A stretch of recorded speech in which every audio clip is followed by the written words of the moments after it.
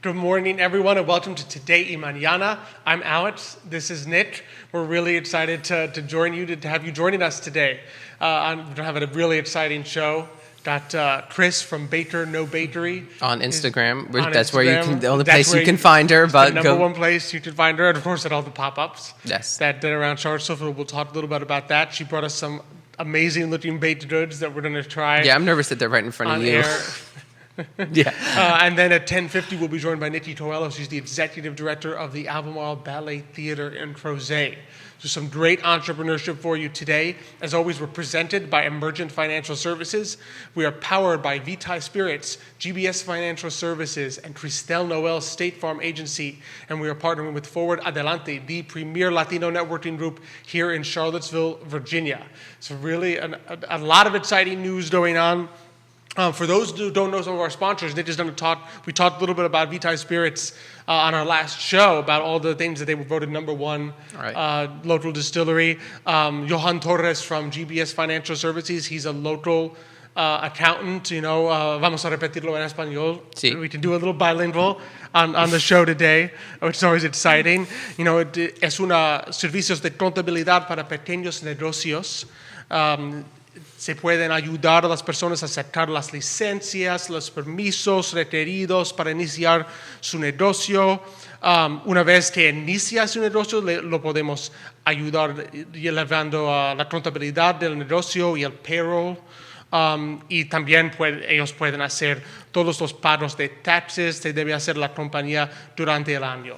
Entonces, es una buena oportunidad por negocios latinos, negocios pequeños, para conseguir servicios de contabilidad. A lot of great financial services there. They help you with the business licenses, the taxes throughout the course of the year, any registrations, titles you need. So there's just a great service. He's a great guy. He loves helping people, helped a lot of Latino entrepreneurs, especially last year during the pandemic with he worked really the hard Paycheck Protection Program and all sorts of the loans and grants that were out there for them. So great. We're really excited to be partnering with them because he's just a great asset to the community, right? Especially the Latino community, Latino small business community. So that's really exciting, as is today's show. And so just I know one of the things that's been on our mind is that we'll often get asked. So our opening topic today is a little bit more esoteric, but in a fun way. Because and I talked with Jerry on this when I was on I Love CVille show. He had a great question. This was, I think, maybe a month or so ago about NFTs. Right? Because it's been a lot in the news. You see NFTs. Some guy sold it for $60 million. Some guy sold looks like a little picture of himself. An online photo. And somebody paid $50 million for it. And you sit there and say, what the heck?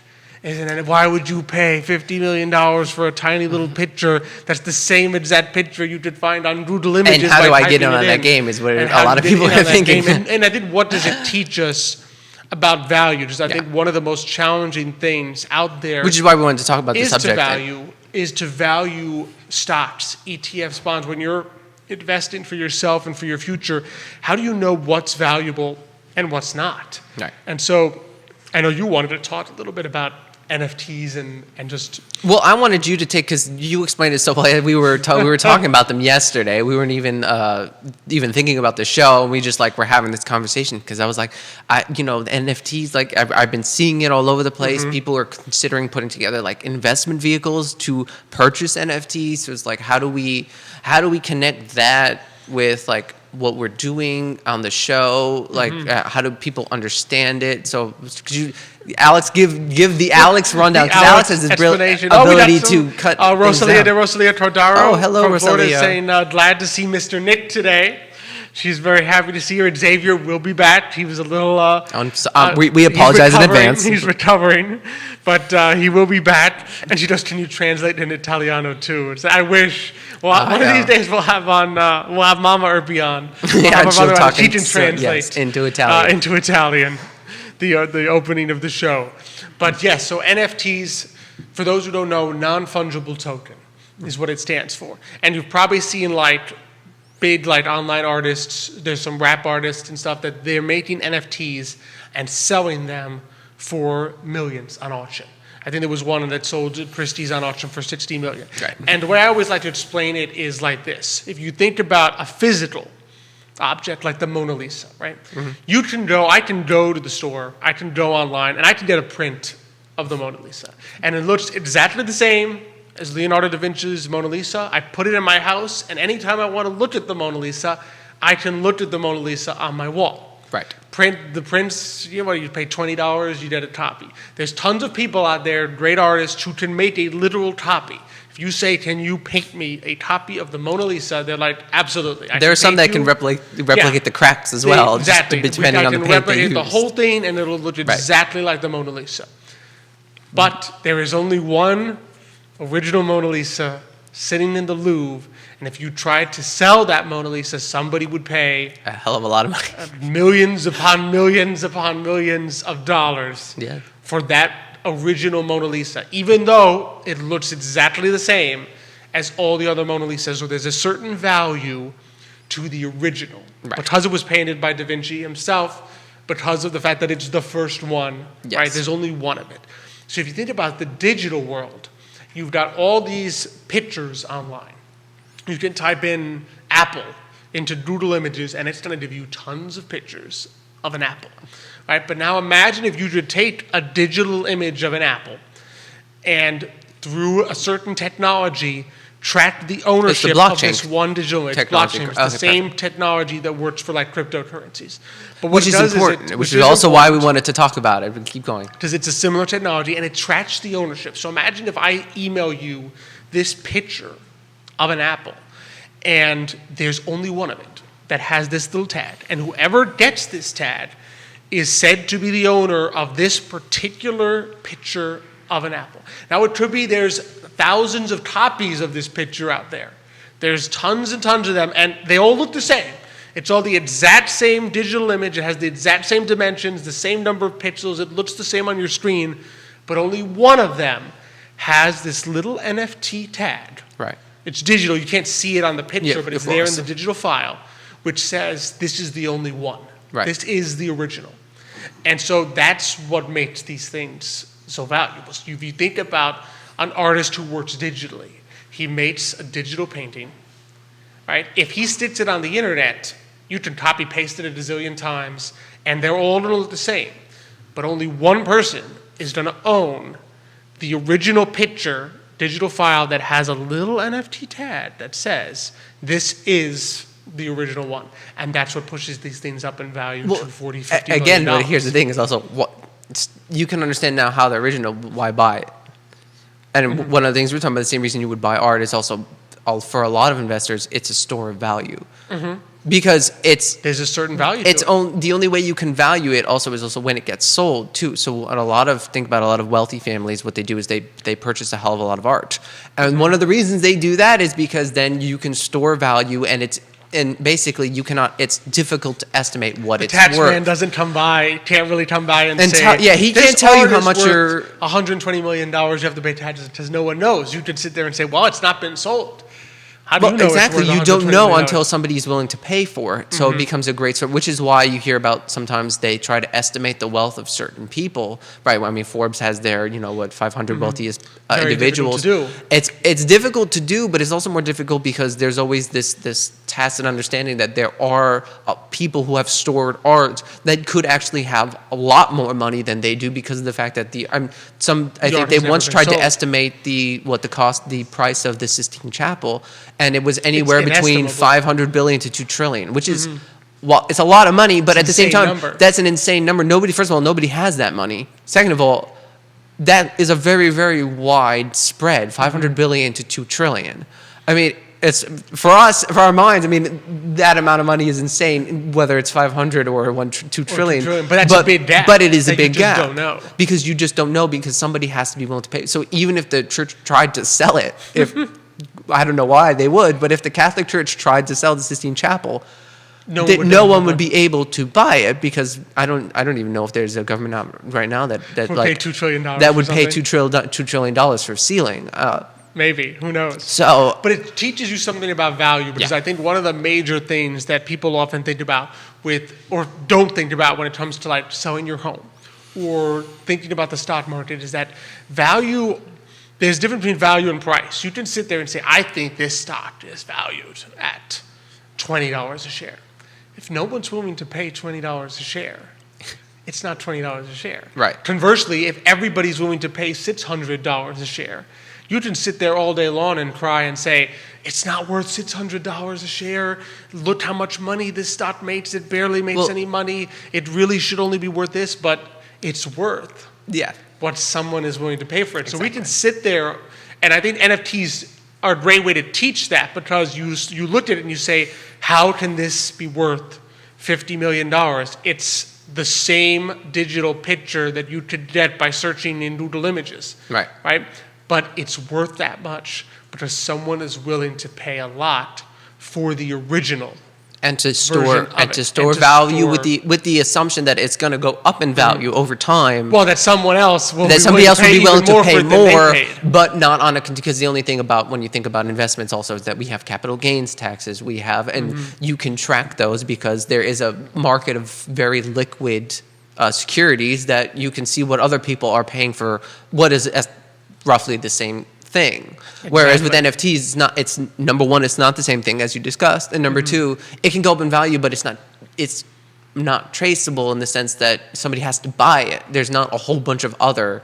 Like you can say, well, all these other NFTs are worth this much, but you could say, well, my picture of an apple that was worth more or less. This is the only one. Or it's the only one. It's the only NFT of this apple painting.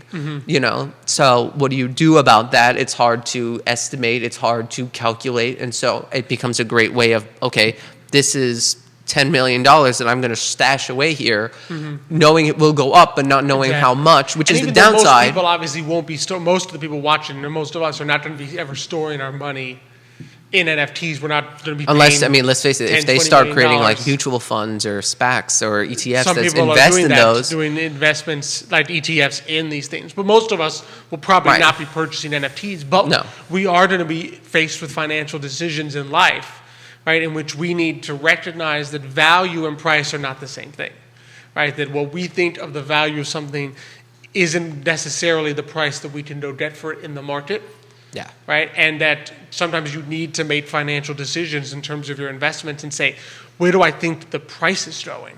Not where do I think, based on my personal opinions, the value of this stock or this sector is. And that's a really key point. A lot of bears get burned. Yes. A lot of bears get burned because they worry about the PE ratio, and sometimes it doesn't always work out that way. Absolutely. No, sometimes it works. Sometimes you're right, and you get 2008, 2009, and then sometimes you're the guy in 2011 that says the stock market's going down, and then you have 10 years a decade later you miss out on 10 years worth of gains of growth. Yes. So just a very speaking of gains. Are you ready to gain some? Yeah, I'm ready to gain some deliciousness. Yes. We're ready to transition. We're very excited. Sure. Yeah, I know. We've been trying not to look at this. I keep looking at the box, just like, is it moving? I don't know if it's moving. So we are super excited to welcome our first guest to the show today. She's Chris from Baker No Bakery right here in Charlottesville. Chris, thanks so much for joining us today. Well, thank you for having me. I'm so excited to be here. We are really excited to have you on. We've heard so many good things. You're at nothing so but many good pop-up things. shops. And of course from Harvey, from Guajiros Miami Eatery. Shout out to them for making the initial connection. We're like, yes, this is awesome. So, for those who aren't familiar with you, how did you start your love of baking and then turning it into your own company? Man, so I am originally from California, and I decided I want to go to culinary school. So I went to Johnson & Wales. I got an associate's in baking and pastry and did a few internships at really amazing restaurants. And I had the opportunity to move to Chicago after I finished my associate's. And I took it, and I finished my bachelor's degree online while I was working in Chicago, worked through a lot of really great restaurants there, and then had other opportunities for me in California. So I went back to San Francisco, cooked in the fine dining scene there, and then with the pandemic, now I'm here in Charlottesville, and it's really, really exciting to be here. That is awesome. So imagine, so you're definitely what we consider, I guess, like an expert in baking, if there is one. I mean, between the culinary school and just your experience that you've had. There's so much to grow and still learn. Like there's an unimaginable amount of expertise in pastry. I've been cooking for 5 to 6 years now, which has been incredible, and I've been doing the pop-up for about a year and a half. So I started doing it in my parents' house in the beginning of the pandemic, and then given an opportunity to work at a really great inn up north, to come back to Charlottesville and actually pursue the pop-up full-time is incredible. Mm-hmm. And so tell us a little about the pop-up concept, because I loved, one of the first things I noticed when we got connected was like, wait a second, baker, no bakery.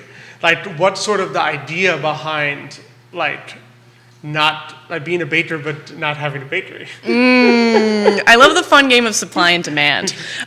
So to be a baker without a bakery, I have really no goals to ever open a brick and mortar or a retail type. Well, a brick and mortar would be amazing, but not retail, because just being able to pop up and have a lot of freedom in regards to my schedule, work-life balance, but also being able to like pursue different like pop-ups, farmers markets, other things. Like I did a pop-up in Chicago, which was incredible. Wow. So to have that flexibility in regards to like not being tied to a retail space is like my goal.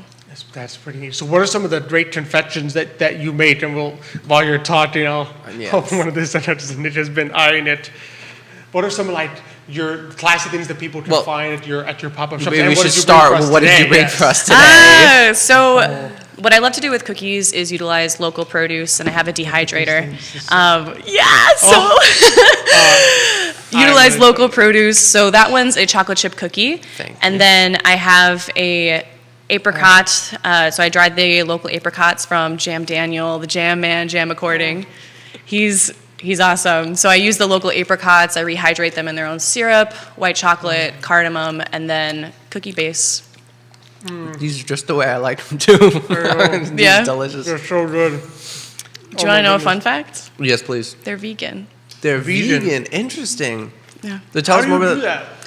So 4A Butter is a vegan butter brand. They're actually really great for lamination. I haven't gone into the croissant realm of this butter, but I also use Just Egg. So in the combination of that, it's a direct one-to-one replacement. And yeah, I've had a lot of really good reviews from vegans who have been like eating this, and I wanted to surprise you today. Take a little gamble, see what's going on. No, that's delicious. I would never have guessed. So is that, I guess, the vegan, so again, I have a lot of friends, family that are vegan. Is that something that is growing now? Tell us more about how that you have scene, going off, to be plant-based and everything is gaining a lot of traction right now. But there's also the other side of that, in which, like, how are you utilizing like natural and like good for you things as well. So like there's so many substitutions out there, but what is, like, just because it's vegan doesn't mean it's necessarily healthy. So preservatives and everything like that. So I'm really confident in the two brands that I've been using, and yeah, it's been really great. So what are some of the pop-up shops that you've been here in Charlottesville? Where have people found you? Anything neat or interesting that you've been really excited about? Oh, I mean, I've loved popping up at Guajiros. It's been incredible. They've given me so many opportunities. Like, I'm so grateful. Like, the fact that I'm even in Charlottesville is because of them. So, like, to be popping up at Guajiros is incredible. I do some small wholesale at Plenty CVille, as well as Dirty Nelly's, which is really great. And then farmers markets, so City Market, and I've been doing a little bit of a tea time market action when I have the time, with Philosopher's Tea, and then one with the herbs. So I've had such a great little connection with so many people. I love it. It's so fun. Like, that's what I'm all about, is like small artisanship, micro businesses, and how people are able to cultivate really amazing products when things are kept small and still be profitable. Right. Absolutely. Oh, that was good. So how do you discover a lot of the people that you mentioned the apricots? Also, can you send that to us later? We'd love to share the farmer that, produces them. Oh, so how do you find Daniel. them? Daniel. So so many connections are because of Guajiros and people they've introduced me to. So I met Tina from Gallery Pomona. She did the mural at Guajiros. So I've met her through my time there. And then she was like, you need to do farmers markets. And I was like, okay, I'm going to do farmers markets. I did the farmers markets, and I got to meet Daniel, who runs Jam According. Right. And he's a great guy. I'm not going to go into the Fruit Mafia because, what is the Fight Club? The Fight Club reference here? The Fruit Mafia. Just be out there. The Fruit Mafia is going. Yeah. But that's awesome. So do you work with a lot of local people in terms of like sourcing your ingredients and what you put into your baked goods? I try to keep it as local as possible just because people love new things. They like to try new stuff. So locality also involves seasonality, shifting through stuff, and also being able to work with other people. So like Philosopher's Tea, he has an amazing dandelion coffee. So it takes dandelion root as well as like cocoa and various other cinnamons in there too. And then I had some cherries that I dried from the Fruit Mafia. And I had the ground dandelion coffee, the cherries, and I did a double chocolate chip cookie. So I'm able to take these two super local, supporting other people, and be able to combine it into one thing that's shippable, sellable at my pop-ups, and it's really fun. That does sound neat. And this is great to know that when you're supporting you and having these delicious pastries and cookies and stuff, you're also actually supporting other local businesses from which you are sourcing your products. We got to support each other. In the end of the day, if we're all able to work together and have everybody mutually benefit from so many things, it's an incredible, incredible thing. That's what I love to do is I have a hashtag of Go Micro. So anytime that I'm working with other people, I have a friend who runs a tea company out in Reno, Sustainability. Yeah. And she's an old friend, but I did a dirty chai whoopie pie, and she made a custom blend of chai for me. Oh, that's amazing. So it's such an awesome opportunity to work with people. Well, plus you can get, unique ingredients like that, right? Because you go to a grocery store, right? Nobody in a grocery store is going to be like, I'll make you a custom blend of chai that you can use. But when you've made that connection with some local people or with people you know, small businesses will totally be the people that I've had experience with. It's how can we work together in order to create something that's really awesome? I trade sourdough for I did fig tarts last week. I trade sourdough with the herbs, Tina. There's a lot of Tinas, but I trade sourdough for produce in order to have approachable prices for me, as well as support her sourdough love. And I get some fruit, and then we've also been doing micro herbs and flowers and things like that. That's awesome. So that's amazing. It's like the barter system. Of instead of again, we were just talking about value. That's a way of getting value exchanged. Value. Exactly. In a very productive way. Exactly. There's actually a bread baker based out of Berkeley. I don't know if she's still going. She has a whole cookbook and everything. But she was able to live sustainably by selling and trading her bread at Berkeley farmers markets. So she was able to live, pay rent, all this other stuff off of the produce, everything that she was able to barter and sell with. That's amazing. It's so cool. That is pretty neat. Yeah. Well, let's not forget that early forms of currency were things that were productive. Yeah. Cocoa, for instance, and the Aztecs used cocoa as a means of exchange. Yeah. And we just use Federal Reserve debt today. I could totally. Oh, yeah. Yeah, so I'm that's very productive, I'm sure. I could totally live by exchanging chocolate. Or cookies. I'd be like, I have baker, no bakery. What do you got? Yeah, you guys have any fruit trees? Let me know. Well, we do, but they're not doing so great, so don't come to our fruit trees. Yeah. We can sell you the skin of an eaten apple. That's what we can give you. This summer's been rough. It has. For sure. Has. The animals enjoy our fruit trees. The squirrels. Well, and the speaking bees of the had a rough very summer, good- has the supply, because there's been supply problems all across the United States, has that been affecting or have you heard of other businesses that it has been affecting? Supply chain everywhere. Right. It's every level of every business. Supply chain is affecting everything. And the best thing about working local and staying local is I'm able to, I guess that supply chain is a little bit more tangible. I'm able to shift in order to accommodate said things. Okay. In my supply chain, it's there's no plums this week because plums are done. what's next? But in regards to like flour and other things, you got to get crafty. You know, there's so many purveyors, Restaurant Depot, other stuff, where you're able to source things differently. But it's just an opportunity to see like how else can I create and learn and grow. Like So you're trying to see it as like a challenge to create something new because absolutely an ingredient that you used to use is not there. Yeah, I'm like, how many streams of revenue can I experiment with to learn about business? It's like grad school, start a business. You know, I can experiment with marketing, revenue streams, all this other stuff, and see like what shakes. And what works. Yeah. Any advice like for people that maybe are interested in taking that leap of saying, oh, I love to do this thing, like whether it's the culinary arts or something else, and I want to turn it into a business, like any advice for them in terms of running your own business that's different than obviously just doing what you love to do? Doing what you love to do, understanding your value, and also being able to like stay organized. And a big part of specifically food is like understanding like your cost. So like another thing that I've been working on is providing people with free information and access to costing systems. So I've created a series of spreadsheets that all work together in order to give small businesses access to costing out their ingredients, their recipes, everything like that in order to be profitable. And it's a really cool movement. Jennifer Skim, she's in Chicago, running an operation that's focusing on the underground, and she wants to make this like information all super accessible. So she inspired me to do that. And then since like on my WordPress, I'm still experimenting with how my links are displayed on my profile, but accessible through a WordPress. I have a tutorial of like how to use all these spreadsheets and cost them all out. That is awesome. That is pretty cool. And that's great that you're sharing that with other like entrepreneurs out there, because it's Why not? The food industry is so hard to get into. It's like, let's add another cost on it. Like, why? I have it. It's there. Done for you. When you want like the number one thing, and this is something I remember going through attending some of the community investment collaborative CIC classes, and one of the number one things that they will tell a lot of the entrepreneurs coming through that is like, do not undersell yourself.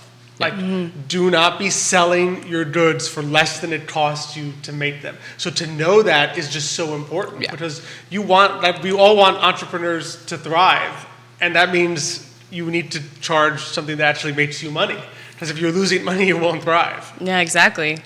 I have a final question, and you can answer it however you want, but is there a cookbook in the future? Oh, goodness. I'm just asking. That's a great question.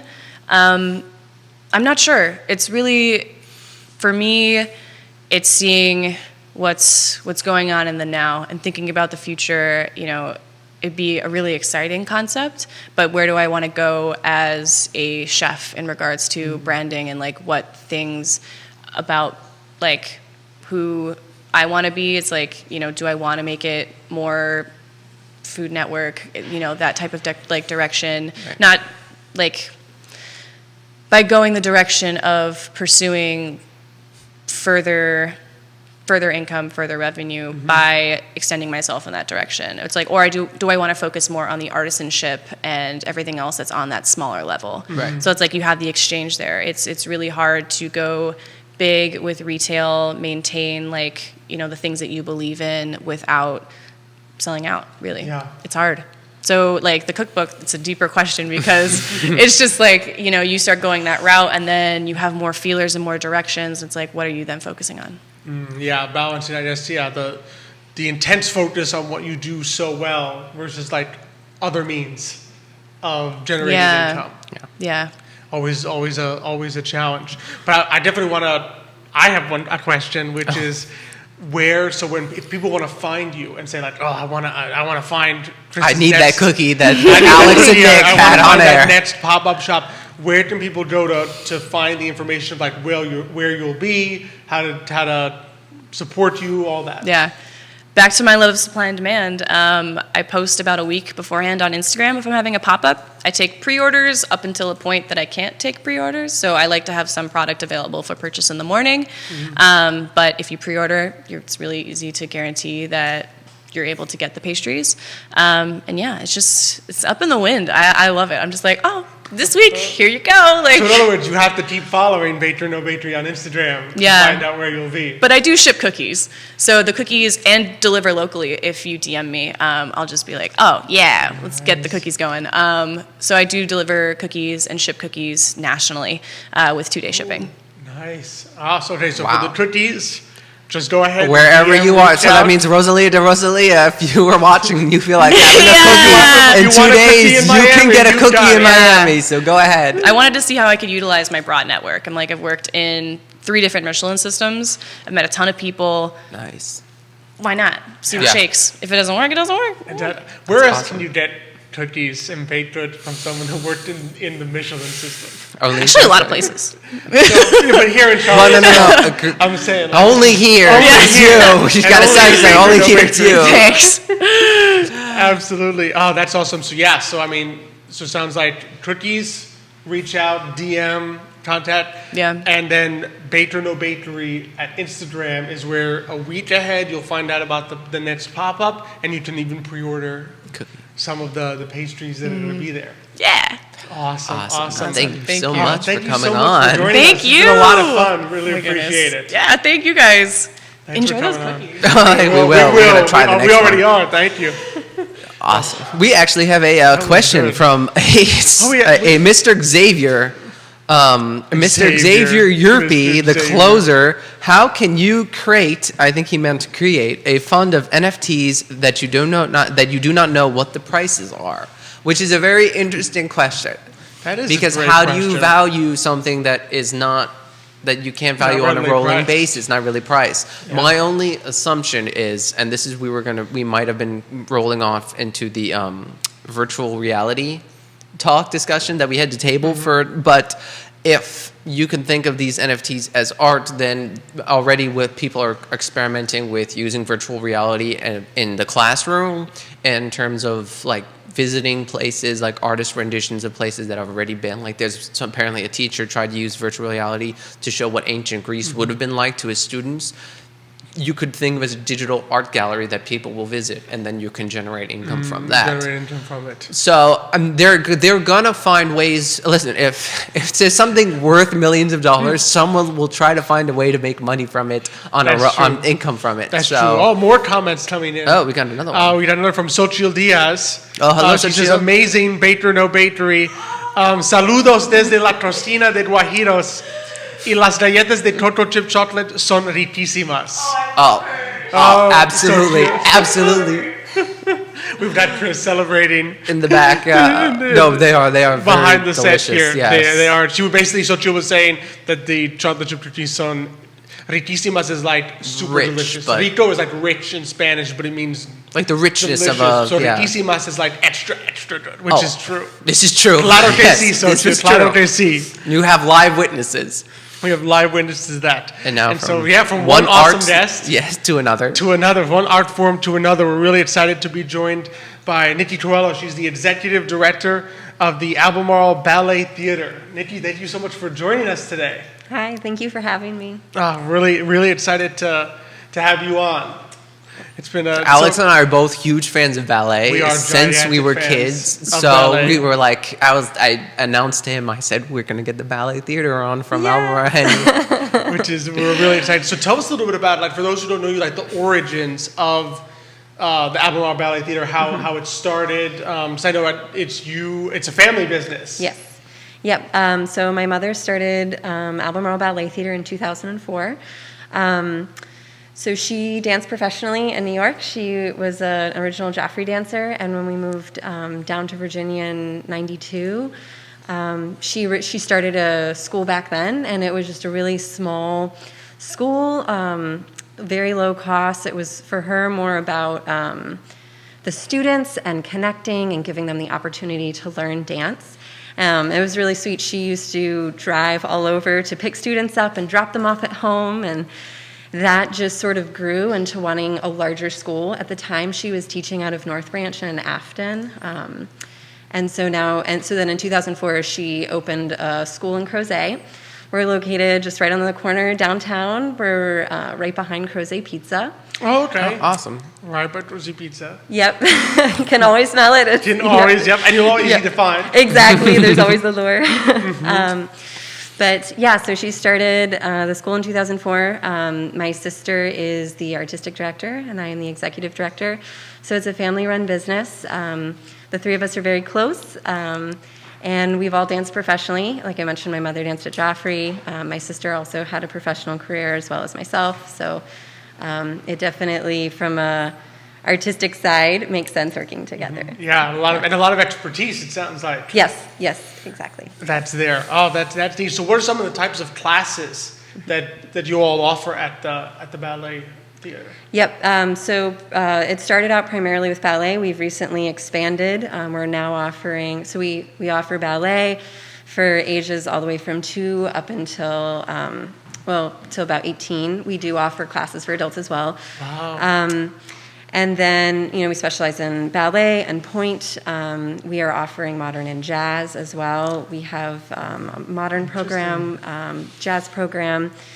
We offer tap and hip hop as well. So those are, tap and hip hop are new, and then we've also added theater this fall. Theater? Yes, theater as well, which are very excited. So I'm curious, what's like a theater class? Yes. Is it dance for theater or also like other aspects? Yep, so Megan Hillary, who actually works downtown, she runs the dance shop on the downtown mall. She runs our theater class, and she does tailor it more towards theater for dancers. Mm-hmm. There's, I think that from what I've understand from her curriculum, it can be applied in any area of theater. It's very broad, but she does tailor it to dancers because, as a dancer on stage, your acting is gonna be different, right, than if you were a verbal actor, because you're not using your words the majority of the time. Right. But there are plenty of instances in dance where you are audible and use vocals. So, anyways, interesting. Very interesting. Yeah. A very complete education probably in that class. Yeah, it's a really fun class. She's phenomenal, and we are so lucky to have her. She's just an expert in her field, and it's been really exciting. Her classes are all, I think, filling up for the fall, which is. She's been with us over the summers, but now we're adding it to the fall because we just added a second studio, which we're very excited about, which offers us the opportunity to have more classes. So. More classes. That's amazing! Congratulations on that too. Yeah, well done on the second studio. So now, are there often obviously maybe things have changed recently or they're coming back. Are there? Did you guys do any performances where people would come and see, or the students in your class had an opportunity to perform in front of an audience? For the theater classes or just in general? For in general, yeah. Yeah. So normally we perform. We have 2 big performances a year. We normally put on a full production of Nutcracker in December, and then in the springtime we do a spring gala. And usually that is, comprised of a story ballet and then, different more contemporary pieces that are a little bit separate. So we have our 2 main productions a year, which our students love, and it's just a great performance opportunity for everyone. But with COVID, obviously, that hasn't happened. Our last Nutcracker was in December of 2019. Right. Mm-hmm. So it's been hard for us as from a teaching perspective and for the students. I mean, everybody in the school loves training and being in class is so important. But it's a performing art, and so you want to be able to share your art form and what it is that you're working on. And there's also the exhilarating aspect of being on stage and being in front of, your friends and your family and the people Absolutely. that you love. Something to work towards. Exactly. That you go through all this work in the classes, because I'm guessing it's a lot of practice and work to do this. Your students are probably really dedicated that you work with. Yeah, absolutely. There's that element of wanting to share what you love, and so. So that's something that we're really hoping that we can, get back to a full performance eventually. We have a small scale we're offering for some of our students this December, but it's just in studio. Mm-hmm. Right. But they'll still get an opportunity. So if you join the class, you'll still have an opportunity to at least perform in a sense. Exactly. Yeah. There's just a little bit of performance. Exactly. Yeah, so. a little different than usual. Exactly. Just a little shift. But. Just a little change. Absolutely. Yeah. So that is neat. So what are some of the things that I guess running this as as like a family business that are different from just the teaching aspect? What are some of the behind the scenes challenges or things that you've overcome just from a business perspective that maybe people could benefit from knowing about? In general, or do you think? Just in general. In general, yeah. I would say, I don't know, my mind immediately goes just to COVID land, right? Just the most recent of navigating that. Yeah, I would say recently we're really excited to have added the second studio. That has helped us immensely with creating more space for dancers with social distancing. And the second studio is exciting. It has, beautiful mountain views and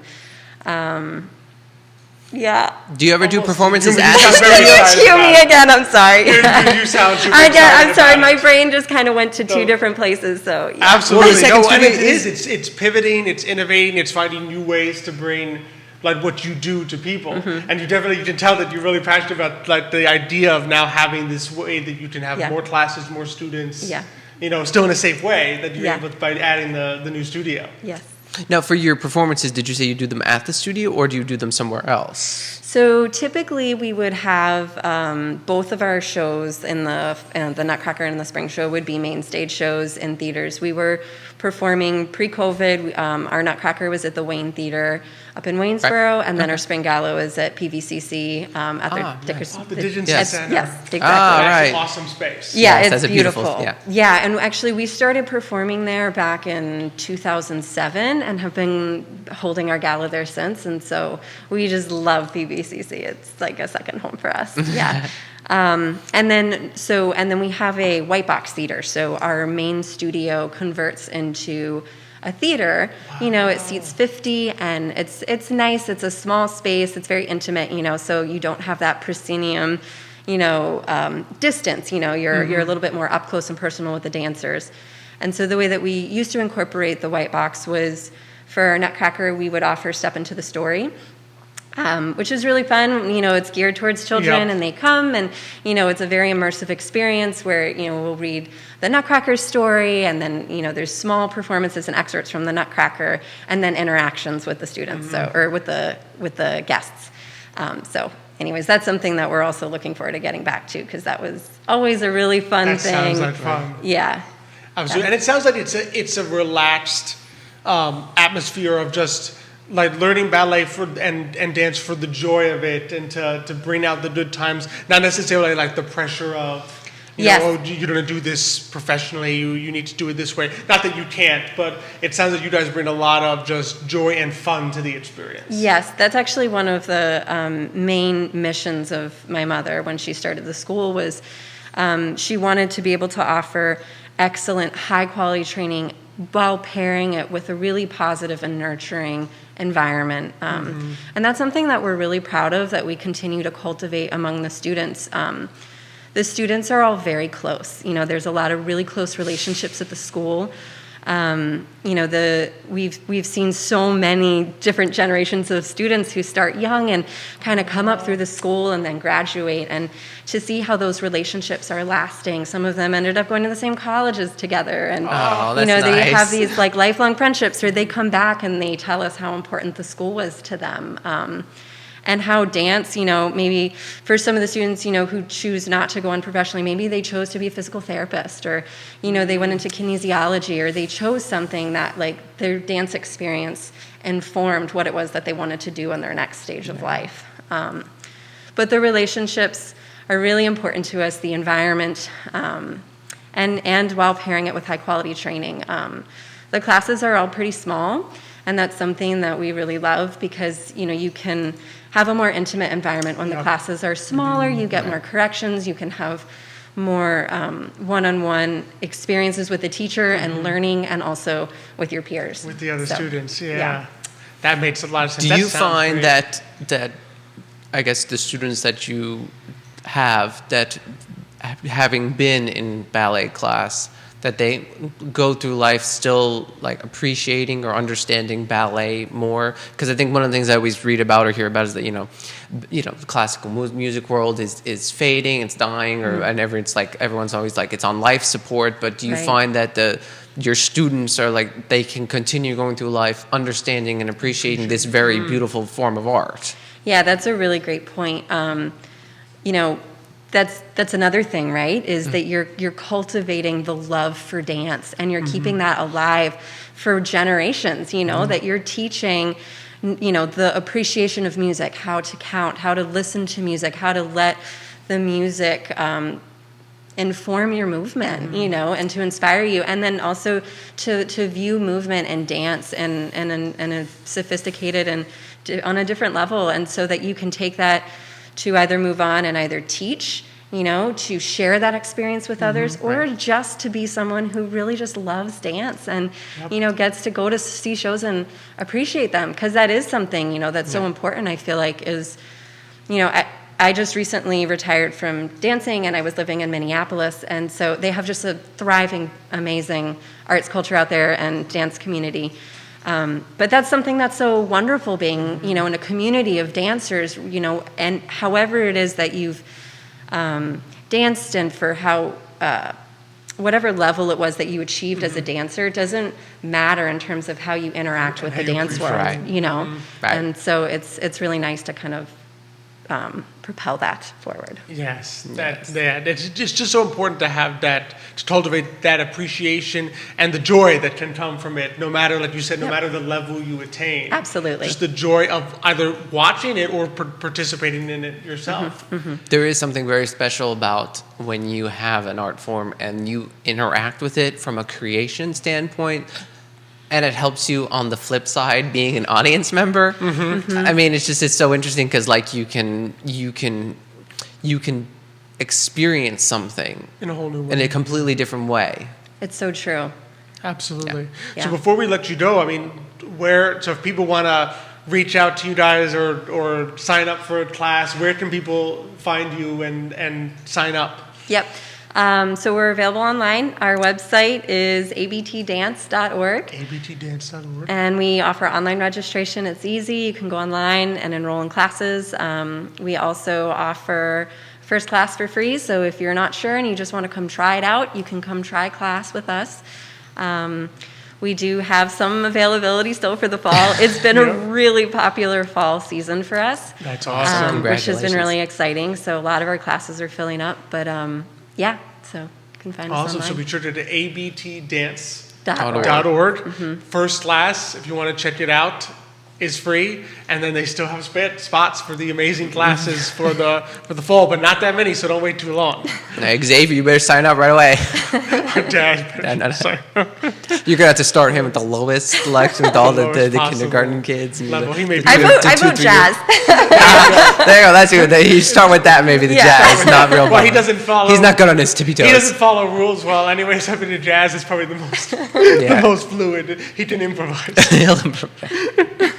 Oh, thank you so much Thank for you joining for coming us. on. We appreciate Thank you for having me.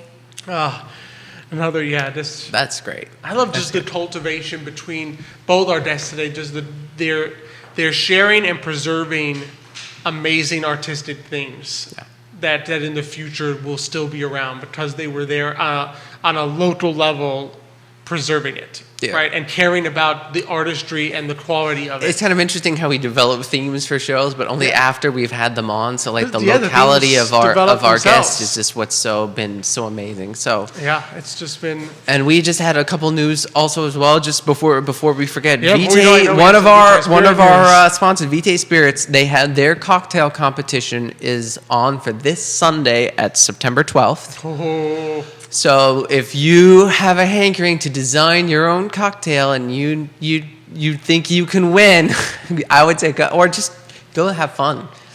Go to have fun. yeah, exactly. Yeah, that's what it's all about, is having fun. Do we really need an excuse to go visit drink Vitae Spirits? No, we don't need an excuse. It's just We'll a come up built-in with one. any that we want. We'll be like, oh gosh, it's Thursday. It's Thursday. Oh gosh, Wednesday comes every week. We might as well go to Vitae. Might as well go to Vitae Spirits. Vitae, excuse me. But yeah, so awesome news from them. So that'll be fun. That will be a fun. And then I think they event have on an Sunday. auction at Shop and Darling on Darling Boutique. I know, Shop and Darling. I know a couple fans of Shop and Darling. of Darling Boutique. Yeah, that's on September 24th. So that the more you can go find information on the Today Mañana page, on the Vitae Spirits page. Absolutely, yeah. So. We'll always be sharing news from our guests, from friends of the show. So be sure to send us if you have news from community members, Latino entrepreneurs. Send them our way, and we'll share them on the show. We'll share them on the Today Mañana page and the Today Mañana group. Yes, please join the group. You can Like join. and share the show, but make sure you also join the group because that will give you all the best content right on your Facebook page. Yeah, it'll right prioritize it so that you get all the important information you need to know. Right there on your phone. Right there on your phone. Yeah, and you can find out news about also next week's show, which is going to be also a lot of fun. We're going to have Tate Purnell from Tate Teaches Swim, so another local And they have a new entrepreneur. announcement too. She's got some other things in the works that she's going to talk about on the show. So that's So exciting. if you want to find out some new news from a local entrepreneur, swimming teacher, you can join us next week. Tate Purnell, Tate Teaches Swim, as well as Andrew Pilifant. So he's the Director of Communications for Paramount Theater. So we're continuing with our artistic theater vein. We had the Chamber Music Festival, we had the Albemarle Ballet Theater, and next week we will have the Paramount Theater coming on telling us about what's going on. We appreciate some news. Andy being flexible, that we couldn't have him on last week, but we are on having him next week. So that's going to be a lot of fun. You can check out all the news on that. We'll be sharing some info on our guests leading up to the show next week. And of course, we will keep you all updated on Xavier being back. I know Liza missed him. Liza missed him today. And her tail, Jerry noticed it too. He said her tail was not wagging as much for you. No, and not me. as enthusiastic. She was like, these two guys are okay, but Xavier is my true love, So he's like, he's my... Daddy is her true. yeah, true but Jerry boyfriend. and Judah needed a break from Xavier for another week.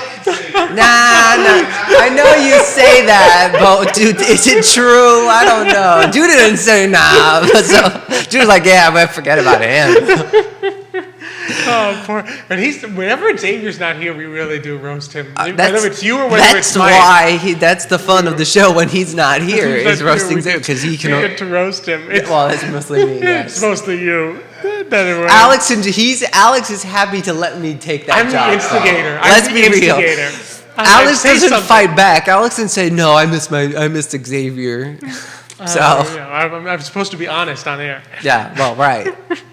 But another fun show that we Yes, had today, always and just fun. always a blast to Illuminating be on here and very delicious. I know, and very delicious. Be sure to check out Baker No Bakery.